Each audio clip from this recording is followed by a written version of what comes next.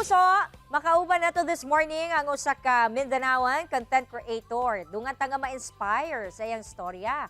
Ug sayro nato ang iyang sekreto on how he overcome his insecurity sa kinabuhi. I-welcome nato si Dennis Aldrin Cisneros, o also known as Boy Pimple. Good morning, Dennis. So, kumusta ka? Good morning mga kapuso, o good morning po Miss Jandy. Okay kayo ko karon. Such an honor na ma-appeal diri sa inyong show. Dennis, it took you 1 year nga ma-establish imong career sa social media. Nahibawan sab namo nga daghan og pagsuway ang niabot sa imong kinabuhi. Unsa ang nag-auhag sa imong nga ipadayon kini? Yes, tama jud na Miss Jandy. Dili-dali ang ako ang pagsugod ug ang ako ang pagpadayon as a content creator. Kay it took me more than 1 year bag engagement ug ang ako ang mga followers. Ug isa jud sa butang na wala ko ni undang sa pagiging isang content creator is my passion in doing it, and I know na there's more to it than just merely vlogging. Kabalo ko that this would help me to open up more opportunities para sa akong mga gustong buhaton po. Dennis, amo na sayra nga tumong sa imuhang content online mo ang gusto ka makatabang sa mga tao nga naga-struggle. Labot ni ining problema nila sa pimples. Because you also struggle the same problem. Unsa ang pamaagi sa imuhang content to help them? Nagsugod ang ako ang page, Miss Jandy, by sharing my acne journey. Kaysa una gyud, dagko kayo akong bugas, kanang severe acne gid siya, mga cystic gyud akong bugas. And kabalo ko na dili gid siya dali when you have pimples, kay you don't have that self-confidence, dili ka ganahan mo gawas balay, kay maulaw ka, and there is a lot of negative effects if you have pimples and acne. I know sa mga nagatanaw sa tuwa dira karon nga naa pimples and acne, they can really relate to that. And nagsugod ko, nag-share na ko ang akong acne journey. And then from that, nagkaroon ko og mga online friends na na-realize po na ako nga dili day ko alone sa ing-ani nga sitwasyon.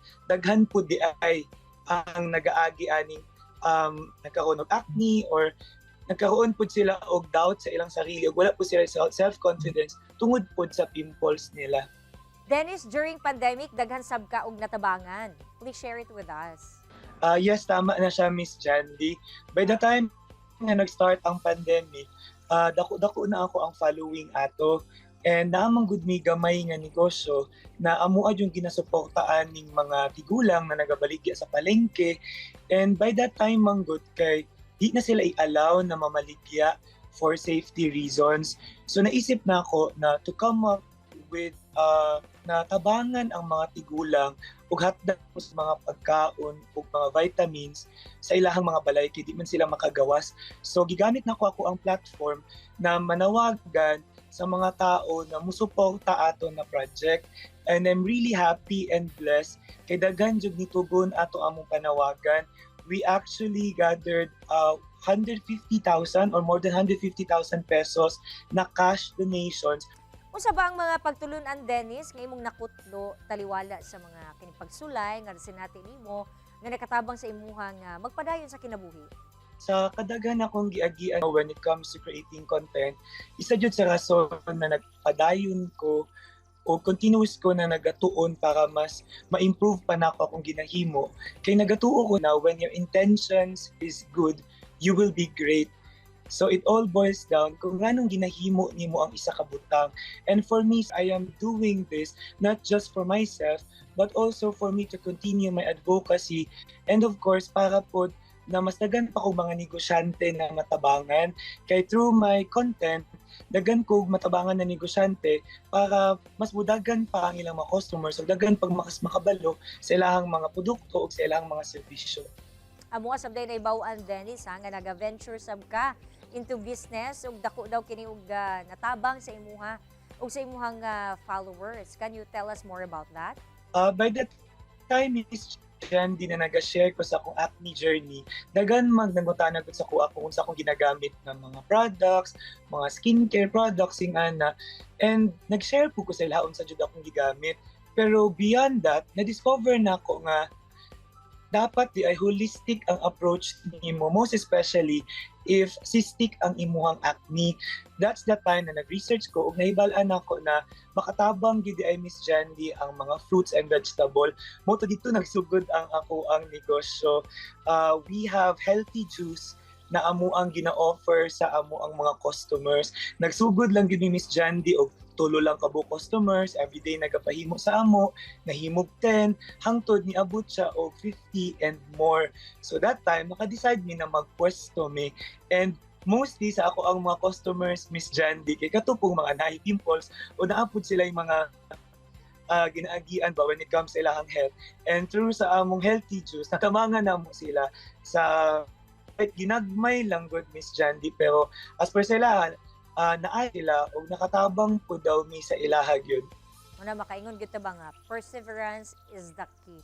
Karon Dennis, nga nagapadayon ka sa imuhang career ug daghan sab kag natabangan, unsa man nga mensahe ang imuhang mahatag sa imuhang kaugalingon taliwala sa pagsulay nga imuhang nasinati. Ako Miss Jandy, ang akong mensahe jud sa akong kaugalingon kay salamat. Salamat kay wala jud ka ni give up. Ug salamat kay nipadayon jud ka sa imuhang ginahimo. Karon step na achieve na nimo hinay-hinay ang imuhang mga pangandoy ug padayon lang gyud kay daghan pag blessings na moabot sa imuha. Ito ako ang message sa ako ang kaugalingon Miss Jandy. Alright Dennis, mensahe nimo sa atong kapuso viewers. Sa tanan natong mga kapuso na nagtan-aw karon na nagasugod pod sa ilahang mga passion na ilang gusto buhaton. Sa sugod man lang, wala dyan mutuo sa inyo ha. Lisod gid na. Pero padayon lang gid mo if that what makes you happy. Kung wala mo'y tao na mapasakitan sa inyong ginahimo, if that would help your family, that would provide for your needs, ipadayon lang na ninyo. Magbunga lang gid efforts. Salig mo sa Ginoo because kabalo ang Ginoo sa intention ninyo. And if you know that that is the right purpose of your existence, ipadayon lang yun na because you will be rewarded and you will be blessed. Daghang salamat ug padayon og amping kanunay. Daghang salamat po kaayo Miss Jandy o sa tibuok staff and crew sa At Home with GMA Regional TV. Salamat kay sa opportunity na ma-share na ko ang akong kinabuhi sa inyo.